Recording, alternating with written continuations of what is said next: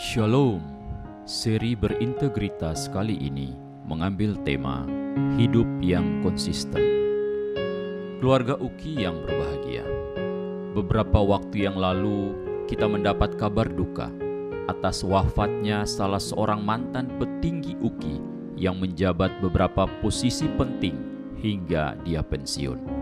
Setelah ibadah penghiburan secara daring diselenggarakan, datanglah seorang pimpinan muda Uki dan bertanya kepada wakil rektor, "Bapak, apa itu berintegritas?"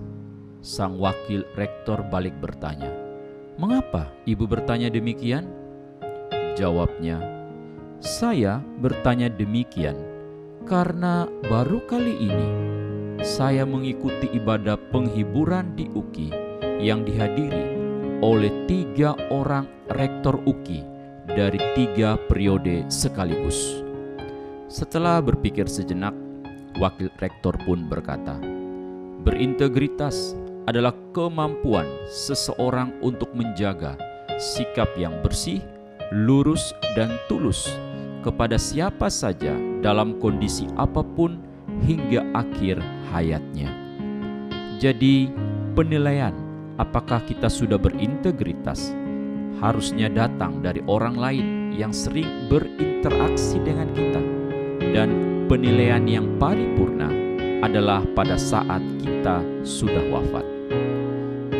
Saya kira kehadiran 3 orang rektor Uki sekaligus pada ibadat tersebut merupakan suatu bentuk apresiasi mereka kepada sosok almarhum yang berintegritas. Keluarga Uki yang bersuka cita.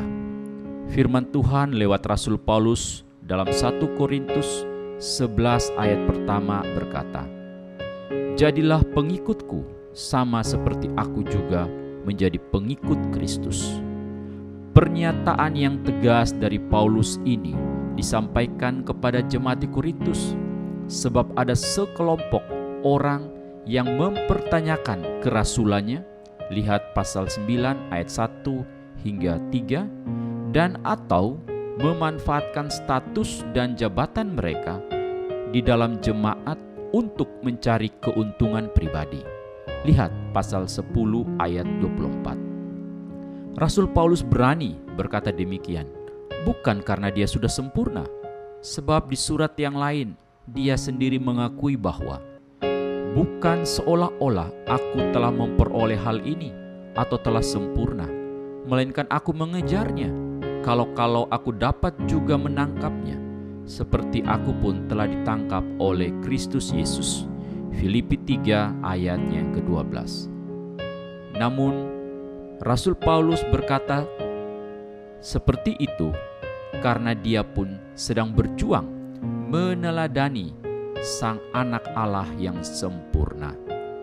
Sikap seperti itulah yang seharusnya merupakan sikap jujur dari seorang yang berintegritas, terbuka untuk dilihat dan diteladani orang banyak. Keluarga Uki yang mau bertumbuh, jadi seperti apa saudara-saudari telah mempraktikkan nilai Uki, yaitu berintegritas itu?